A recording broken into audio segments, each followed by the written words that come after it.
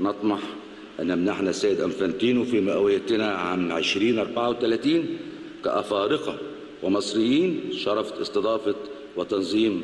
إحدى مجموعات مونديال 2034،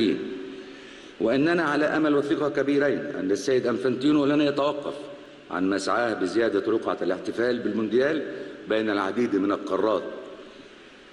وإننا على يقين بأن أشقائنا في المملكة العربية السعودية سوف يرحبون بذلك، كما أننا على أمل بل وثقة بأن السيد أنفانتينو سوف يفتتح بنفسه في عام 2034 هذه المجموعة